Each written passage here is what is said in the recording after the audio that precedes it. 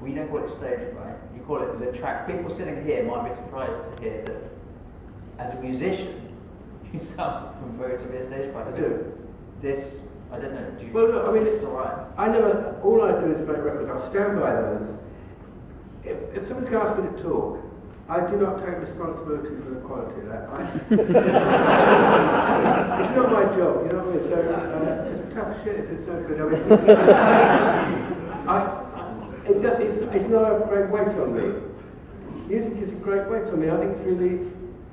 I want to get it right. I hate the idea of people coming out and thinking, oh, you know, okay, wash me down and tickets, and there's your name on there, and you come up, and then you know. They get there and you're just not very inspired, or you can't.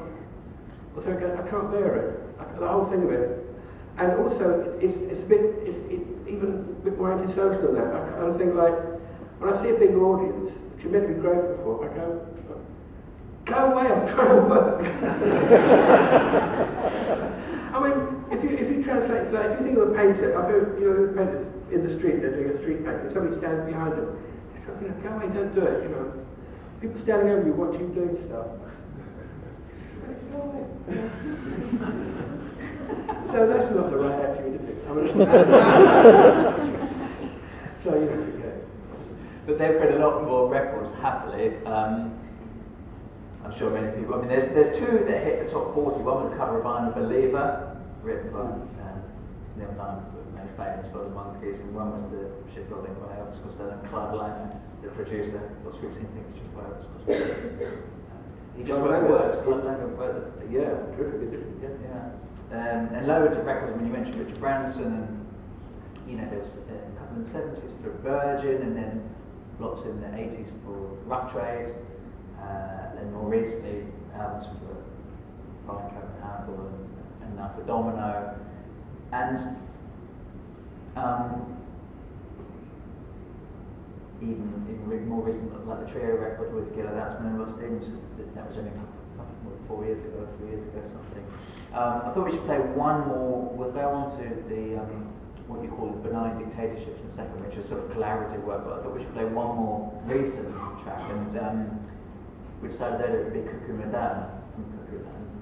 Could you just tell us about this? Yeah, where we live in Lincolnshire, there's we've got shop of a dasher. That's right. It's basically, I think about 32 homemade, home-built places along the coast of the Humber. Been going since the 20s. Before then, quite a murky history that part of the world is where the wreckers used to live. People used to wave lights and make ships crash so they go and steal stuff. There was a bit of that going on, smuggling, but yeah, it was the olden days.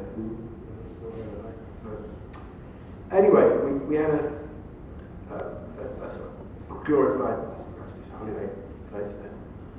And Alfie, right opposite Spurn Point, you know, sort of cat's tail waves around on the edge of the Humber there.